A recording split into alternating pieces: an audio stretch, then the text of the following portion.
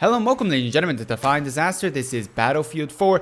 In today's weapon review, we're going to be taking a closer look at the Gol Magnum bolt-action sniper rifle with the aim of finding out whether or not this weapon, relatively difficult and tedious to unlock, can compete with some of the best in the bolt-action sniper rifle category. Now, before we get into the stats of the Gol Magnum, I wanted to quickly mention why we're actually covering the Gol Magnum. Now, the Gol Magnum was featured in my weapon showdown for the best sniper rifle in the game, but it didn't quite make it into the top pick there because the CSLR4, in my opinion, was slightly better. However, this gun is still very good, and I thought, therefore, it deserves its own weapon review. Now, with that being said, though, let's start off with the stats of the Gol Magnum. It is a sniper rifle and has a standard sniper rifle damage model with a maximum damage of 100 and a minimum damage of 59. What is nice about the sniper rifle, however, is that this minimum damage is reached at 150 meters instead of your average 100 meters, putting this weapon in the category of the slightly more heavy-hitting sniper rifles. Something like the M98B is another example of those.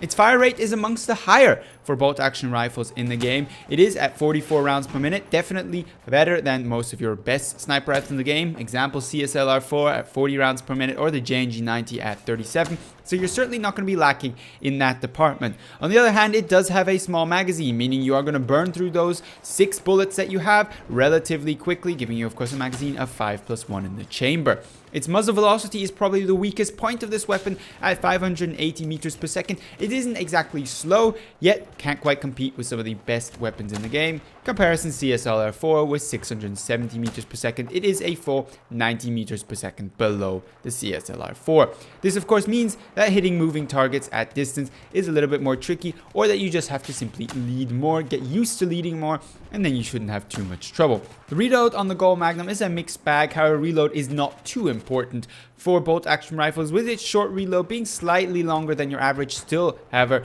not an eternity at 3.3 seconds. You are, of course, going to be hitting this reload a lot more frequently than with something like a JNG90, which has a 2.7 second short reload and almost double the bullets in its magazine. Nevertheless, its long reload is short at 4.1 seconds, meaning that even if you go through all your bullets, all 6 of them, you're not going to be waiting forever for your gun to reload.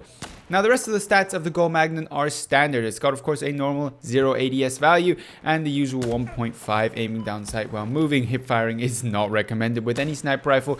Don't try. So, with the stats being covered of the Gol Magnum, let's move on to what attachments I would recommend for it. Now, when it comes to attachments for bolt-action sniper rifles, the choices are limited and usually the same. The Gol Magnum is no exception to that rule, and thus there are no surprises in the lineup I'm going to list here. Obviously, your optic is going to be your personal preference, your personal choice, but in my case, it's usually either going to be a PKA 3.4 times optic if I'm going for a more aggressive playstyle and close quarter-ish snipering, that is under the 100 meters for my average target distance, or a rifle scope 8 times multiplier for your kind of everyday sniping duty.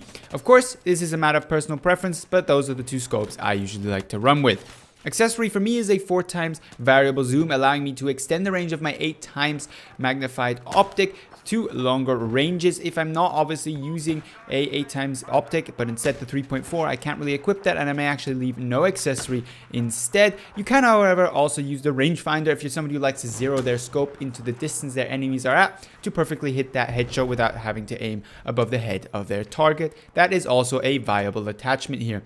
Barrels, unless you're going for a close quarter under 50 meters TDM style sniping, is going to be no barrel attachment. Then I may consider a suppressor. However, I do not play bolt-action rifles in sniper and TDM. Therefore, for me, it's always a naked barrel for my sniper rifles.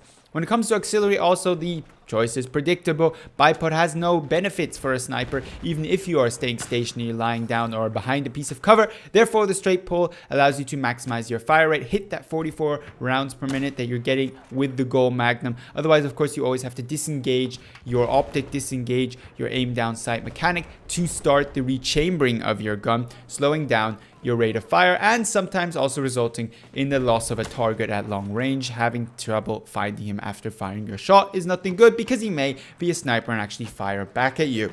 Now, with all that being said, I enjoyed the Gol Magnum. It is certainly not the best sniper rifle in the game, but it's close enough. It's got a very nice fast fire rate, allowing you to also maybe hit targets which you hit in the chest while moving or running through an open field, and you can usually get your second shot into them before they duck behind cover. This is an advantage that some of the other guns with slightly lower fire rates cannot sport.